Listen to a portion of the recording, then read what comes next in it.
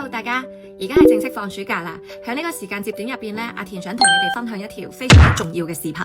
事情係咁樣嘅，前晚咧我就同我兩個女咧喺度傾偈，咁我就同佢哋喺度科普緊艾滋病嘅一啲知識啦。咁傾緊嘅時候咧，我大女就同我講咗一件事，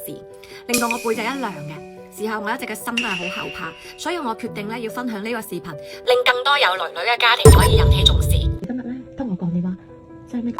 裡有人發視頻給你啊？發視頻過來，然後好幾個我注意了好幾個，然後我們就說把它接了。把它接了，然後呢？然後一打開，它就反而更加照人好似。哎呦，好核突啊！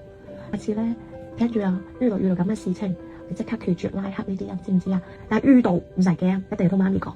知道嗎？咁你報警。我哋咧總係以為自己嘅小朋友咧年紀仲細，放暑假咧淨係玩下手機啊，查下短視頻啊，跟住同啲同學傾下偈啊，冇咩大問題。但係咧我哋係低估咗而家嘅網絡世界，亦都低估咗而家啲壞人隱藏自己嘅手段。啲壞人咧佢係無孔不入噶，分分鐘我哋嘅電話手錶都會埋下咗危機。我大女話俾我知，佢喺某一個社交媒體上面收到一個陌生人嘅訊息，因為同一個愛好，然後就放下咗戒心，互關之後對方直接打視頻通話入嚟，喺鏡頭入邊咧展示緊佢自己最隱私嘅部位，非常之露骨。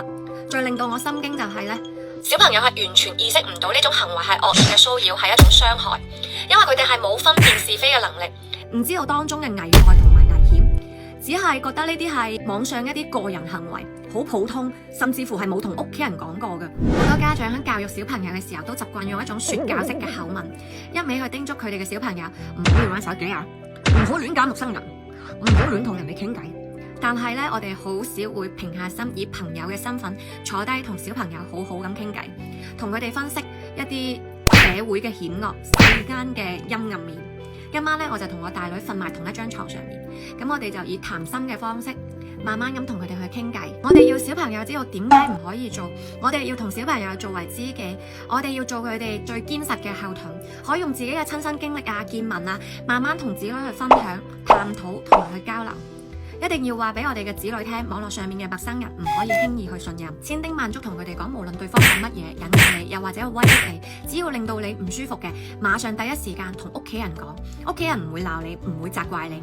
永遠都會企喺你嗰邊保護你。而家正係放暑假嘅時候，小朋友玩手機嘅時間會大幅增多，風險亦都會隨之變大。比起學業成績優秀、性格乖巧呢啲事情，我更加希望我嘅子女去學識自保，看透人性，懂得規範風險，平平安安長大。亦都希望所有嘅為人父母可以放下說教式嘅管教，多啲同子女去談心，走入佢哋嘅網絡世界，傾聽佢哋嘅心聲，盡早幫我哋嘅女女咧建立一個自我保護意識，先係我哋可以贈予俾我哋女女最珍貴嘅疼愛。